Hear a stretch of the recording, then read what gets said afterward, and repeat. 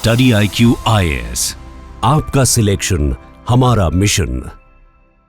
नमस्कार दोस्तों, क्या आसाम की सूरत बदलने वाली है? क्या आसाम में बहुत सारा इन्वेस्टमेंट आने वाला है? मैं ये सारी चीजें इसलिए कह रहा हूं क्योंकि पिछले 2 दिन से आप लगातार एडवांटेज आसाम 2.0 के बारे में सुन रहे होंगे। देखिए, जैसे कि आप सबको पता होगा, गुजरात मॉडल, गुजरात के अंदर नरेंद्र मोदी जी ने जो वाइब्रेंट गुजरात समिट है उसको लाए थे और इसके बारे में काफी चर्चा होती है कि कैसे उस समिट की वजह से जो गुजरात है वो काफी बदल गया, काफी सारा निवेश आने लगा। तो क्या ये चीज आसाम कर पाएगा? क्या एक रोल मॉडल स्टेट बन पाएगा बाकी के नॉर्थ ईस्ट राज्यों के लिए? या आप देख सकते हो, खबर जो इंपॉर्टेंट आई है वो ये है कि 2 दिन के समिट में टोटल 4.78 लाख करोड़ का जो इन्वेस्टमेंट है वो अनाउंस किया गया। मतलब ये प्रपोजल होता है, तो इसको थोड़ा सा डिटेल में समझेंगे कि एग्जैक्टली ये है क्या, और साथ ही साथ क्या यहां पर आसाम एडवांटेज ले पाएगा। इसका काफी कुछ जानने को है। चलिए आगे बढ़ते हैं, लेकिन उससे पहले दोस्तों आप सबको यह भी बता दूं कि कल तक हमारा ये जो ऑफर है यूपीएससी के स्टडी IQ के कोर्सेज पर, वो आप ले सकते हैं। लिंक कमेंट सेक्शन में दिया हुआ है और यूज करना है आपको ये कोड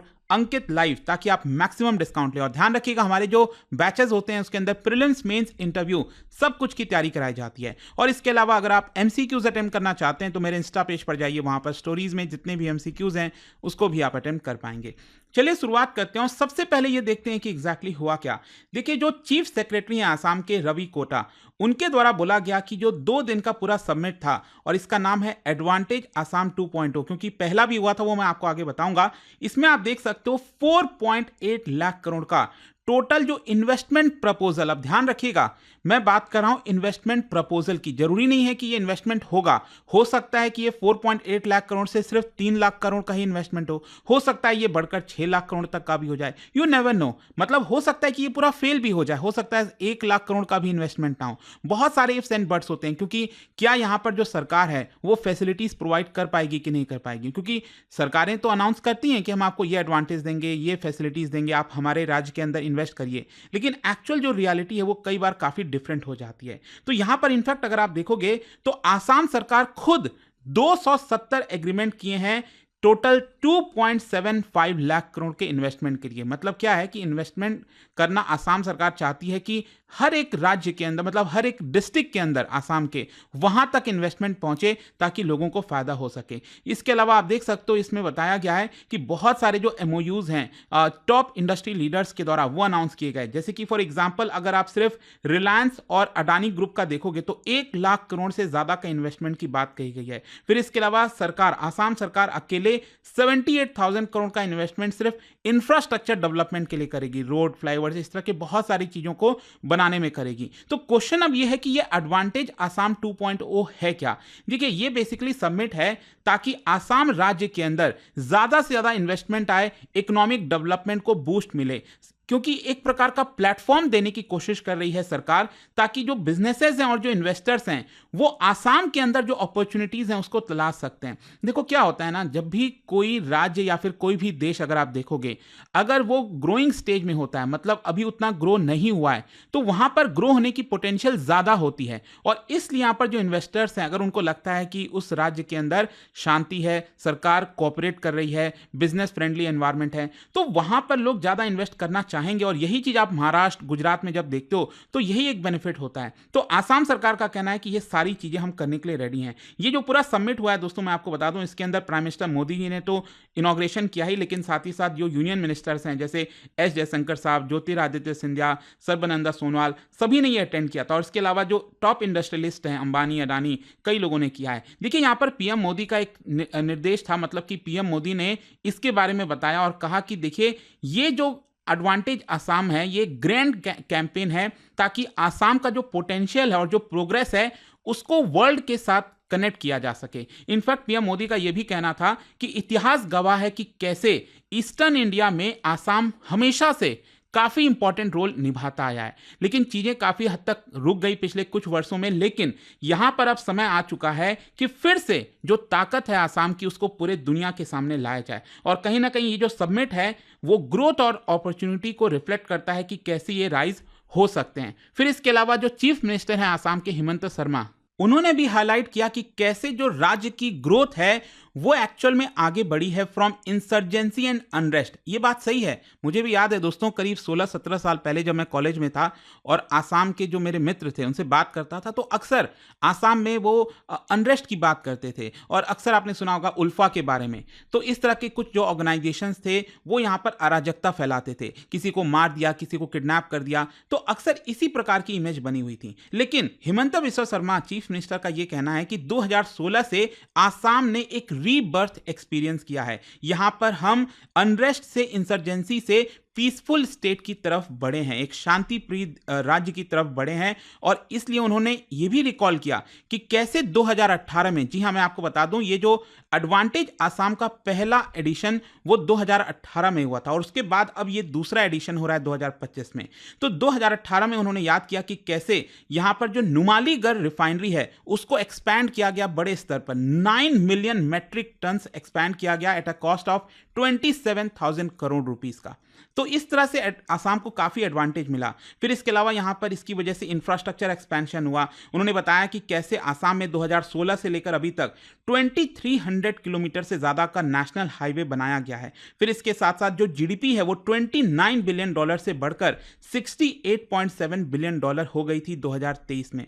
फिर इसके अलावा आप देख सकते हो यहाँ पर ये बोला गया कि फर्स्ट डे, मतलब ये जो 2 दिन का एडिशन था, तो उसके परसों अगर आप देखोगे फर्स्ट डे ही लगभग 2.5 लाख करोड़ का इन्वेस्टमेंट प्रपोजल यहां पर आ गया था, जो कि एक अपने आप में एक बड़ा माइलस्टोन है। और इसमें जो सबसे इंपॉर्टेंट रोल निभाया है वो है रिलायंस, अडानी, वेदांता, टाटा ग्रुप। इन सबका अगर आप टोटल कलेक्टिव इन्वेस्टमेंट देखोगे तो 2 लाख करोड़ के आसपास है। इनफैक्ट आप देख सकते हैं यहां पर मुकेश अंबानी जी पार्टिसिपेट किया और उन्होंने कहा कि रिलायंस जो है अगले 5 साल में 50,000 करोड़ से ज्यादा का निवेश करेगा 5 अलग अलग वर्टिकल्स में। यह आप देख सकते हो यहां पर उनका कहना था कि टेक्नोलॉजिकल पैराडाइज हम बनाने की कोशिश करेंगे आसाम को, जिससे वहां का जो यूथ है वो टेक से भी यहां पर बन सके। और उन्होंने एक नया मीनिंग दे दिया एआई का, एआई आर्टिफिशियल इंटेलिजेंस को उन्होंने कह दिया आसाम इंटेलिजेंस। फिर इसके अलावा गौतम अडानी भी पार्टिसिपेट किए और उनका कहना था कि उनकी जो ग्रुप है वो अलग अलग सेक्टर्स के अंदर इन्वेस्ट करेगी, चाहे एयरपोर्ट है, एरोसिटी है, transmission, cement, gas, transportation network, road construction project. आप समझ रहे हो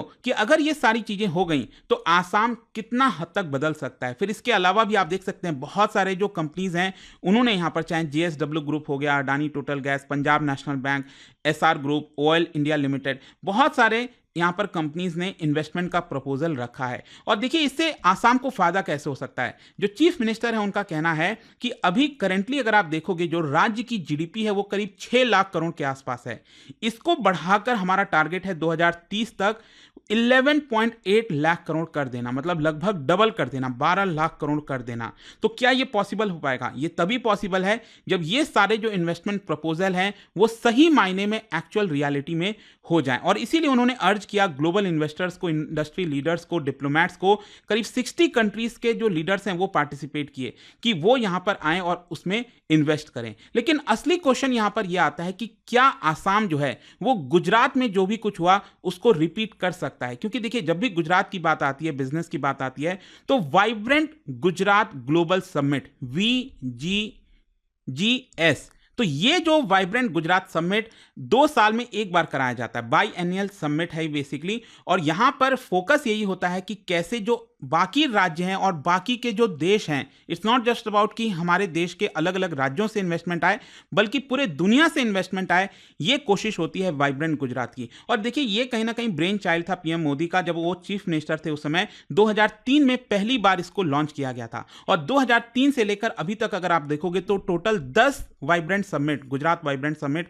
कंडक्ट किए जा चुके हैं, जिसमें 2014 में आप देख सकते हो जो मोटो था वो था गेटवे टू द फ्यूचर। और समिट के दौरान यहां पर जो अलग अलग स्टेट गवर्नमेंट, पार्टनर कंट्रीज यहां पर सेमिनार्स वगैरह ऑर्गेनाइज करते हैं, business to business, business to government, government to government, बहुत सारी मीटिंग्स होती हैं और यहां पर फाइनली इन्वेस्टमेंट का प्रपोजल आता है। 2009 से तो मैं आपको बता दूं जो गुजरात सरकार है वो एक किसी देश के साथ यहां पर पार्टनर कंट्री भी सेलेक्ट करती है कि कौन पार्टनर कंट्री बनेगा। 2009 में जापान था और अभी क्या है कि बहुत सारे पार्टनर कंट्रीज के साथ मिलकर काम करते हैं। जैसे 10th एडिशन में 34 पार्टनर कंट्रीज ने पार्टिसिपेट किया था इस समिट के अंदर। और इसी की वजह से अगर आप देखोगे 2024 में यहां पर जो वाइब्रेंट गुजरात समिट हुआ था उसमें आप सोच के देखिए 26 लाख करोड़ इतना का इन्वेस्टमेंट प्रपोजल आया था कि गुजरात के अंदर वो करेंगे। आप समझ रहे हो कहाँ अभी हम आसाम की बात कर रहे हैं, लगभग 4.8 लाख करोड़ के इन्वेस्टमेंट प्रपोजल की। तो आप समझिए गुजरात में धीरे धीरे करके कितना ज़्यादा यहाँ पर लोग इन्वेस्ट करने के लिए रेडी हैं।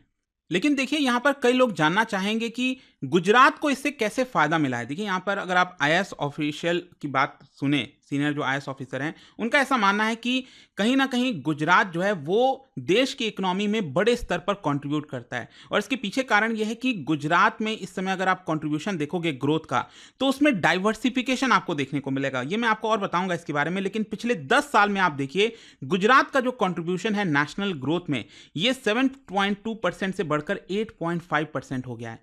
मतलब पिछले 10 साल में गुजरात का जो कंट्रीब्यूशन करता है हमारे देश की जीडीपी में, वो एक्चुअल में बढ़ा है। और जब भारत ग्रो करता है, लेकिन गुजरात और भी ज़्यादा तेजी से ग्रो करता है, ऐसा उनका मानना है। और सबसे इंपॉर्टेंट ये है कि गुजरात ने अपने आप को डाइवर्सिफाई किया। पहले क्या होता था कि Gujarat basically pharma sector, chemical sector के लिए जाना जाता था, लेकिन पिछले 10-20 वर्षों में वाइब्रेंट गुजरात समिट की वजह से यहाँ पर इन्वेस्टमेंट में अलग अलग डाइवर्सिफिकेशन आया। जैसे कि example automobile, ceramic, renewable energy, ports, हर जगह यहाँ पर आपको इन्वेस्टमेंट देखने को मिलेगा। और अब तो यहाँ पर आप देख सकते हो गुजरात में semiconductor, aircraft manufacturing, defence, hydrogen ecosystem, space related manufacturing, बहुत सारी यहाँ पर चीजें हो रही हैं। और कहीं ना कहीं इसके पीछे का कारण जो समिट है, वाइब्रेंट गुजरात समिट, वो बताया जाता है। तो यहाँ पर जो ऑफिशियल है उनका ऐसा मानना है कि आप एक बार के लिए कह सकते हैं कि गुजरात में एंटरप्रेन्योर स्पिरिट है, लोग बिजनेस करना चाहते हैं, वैसे ही गुजराती हम कहते हैं ना, माइंड वैसे ही चलता है। लेकिन कहीं ना कहीं जब सरकार अगर साथ नहीं देगी, सरकार पॉजिटिव एनवायरनमेंट नहीं क्रिएट करेगी,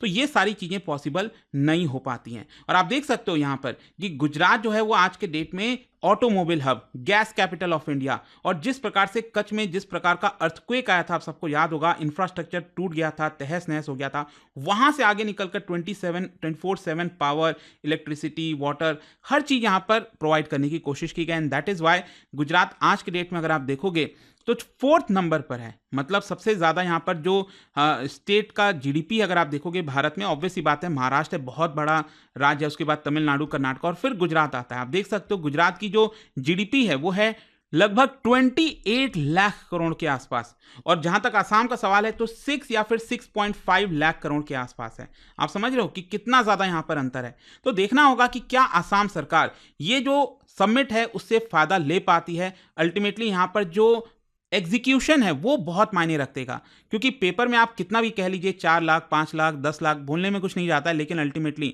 क्या उसका एग्जीक्यूशन होता है कि नहीं, ये बहुत मायने रखता है। देखेंगे आगे क्या होगा। लेकिन जाने से पहले आप सबके लिए एक इंटरेस्टिंग क्वेश्चन, क्या बता सकते हो पिछले एक दशक में, बहुत ही इंटरेस्टिंग क्वेश्चन है, क्या बता सकते हैं पिछले एक दशक में कौन सा भारत का राज्य है जिसका GSDP, gross state domestic product, growth rate सबसे फास्टेस्ट रहा है? इसका जो राइट आंसर है आप सब जानते हैं, मेरे इंस्टाग्राम पर तो मिलेगा ही, वहां पर अगर आप नहीं हो कोई बात नहीं, टेलीग्राम से ले सकते हैं इसका सही उत्तर। मैं कई सारे जो एमसीक्यूज हैं वो यहाँ पर स्टोरीज में डालता रहता हूँ।